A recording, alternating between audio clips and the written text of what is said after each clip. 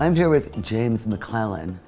He is the operations manager at the Youngstown Playhouse, but he's Jimmy McClellan to me. And Jimmy, This is the perfect position for you. Oh, well, thank you. I'm glad you think so.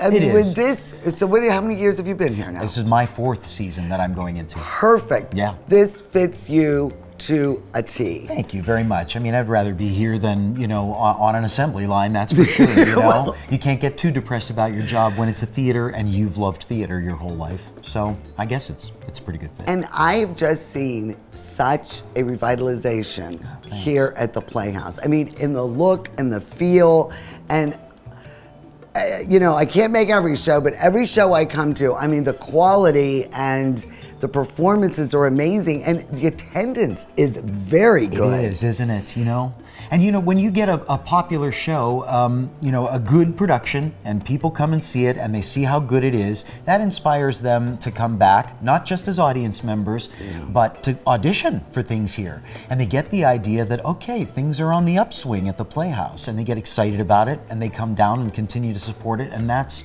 how it thrives. You have to keep the quality up, or else people will lose faith. Well, how did you get that transformation? How do you think that positive energy returned to this building? Well, the gentleman before me in this job, Bernie Applees, was a Youngstown native, and I'm a Youngstown native.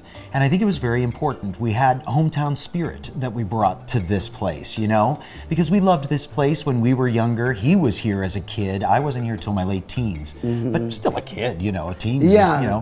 So I think, when you bring your love of Youngstown and your love of theater together, that's the Youngstown Playhouse. That's love of theater, love of your hometown.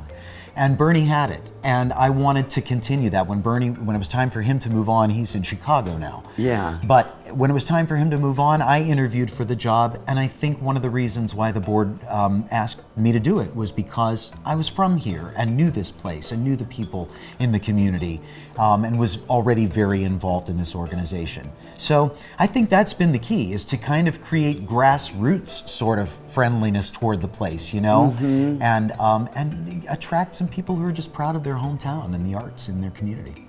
And with the new season, I mean, you've really got some wonderful offerings. We're starting off with Dreamgirls. It's like, wow. I know, and sales are great. And it looks great. This is a beautiful looking show. I'm impressed, and I've seen some great looking things up there, but this is special. So I hope people know to come and see it, because it's really great. Now, what season are we in? We are in the 96th. It's so exciting. Season. I hope I'm alive for the 100th. I mean, would that be Oh my gosh, awesome? it's in 4 years. Of course you're going to be alive. I better be. You never know. I Could get can't by wait. a streetcar. Well, being a doctor just isn't enough. Not enough, no. You really Nothing just else to need do with some my more day. things Yes, to do with exactly your right. time. That's exactly right. So taking on the board at the Playhouse. Yeah. Just a couple hours a month.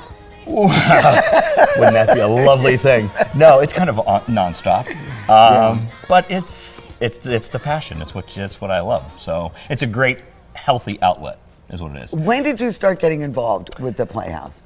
With the Playhouse specifically, when I came back from, I was in medical school in Kansas City, and I had done improv and some stand-up out there, and now I had to work, and so I couldn't travel, I couldn't do anything. And I started itching just to do some theater and do some shows, and I started doing plays. And to me, growing up, the Playhouse was the pinnacle. Oh, yeah. Right? I mean, if you were on this stage, you were something, you did something right. So I started getting cast slowly in some of the shows. Started off as a traffic cop, I think, in Guys and Dolls. Just waving traffic, letting know what I was doing.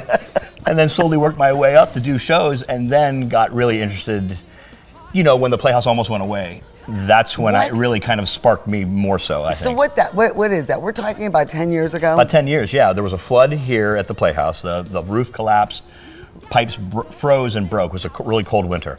And so when we came back in over Christmas break, everything was frozen, and there was zero funds, and things were bleak. And they were having meetings, actually, couldn't even be in the building. We were having meetings downtown, and they were deciding, the board, and I was not on the board at that time, was deciding about maybe shutting the whole place down.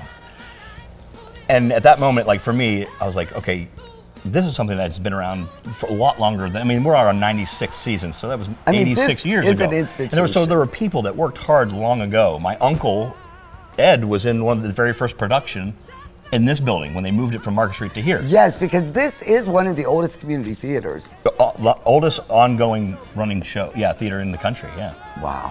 Yeah. So they were ready to close the place and get rid of it and let it die, and I didn't, and I took that personally because I thought this is an institution that people work too hard for. Mm-hmm. And we fought to have one more show in the summer. We thought it would be like a farewell tour, and we did. Barefoot in the Park and Blues in the Night, and we were doing in 2 plays in 1 month.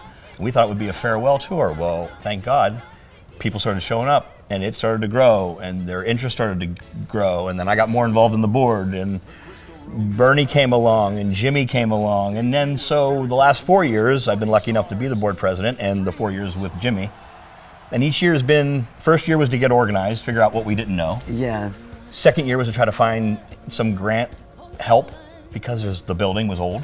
Well, it is And old. so I mean, but things need to look, be done. you know, the roof, Yeah. you needed all new plumbing. I mean, that was serious stuff. Serious, and then the last year we secured close to $96,000 in grants that we had not ever reached out for in the past.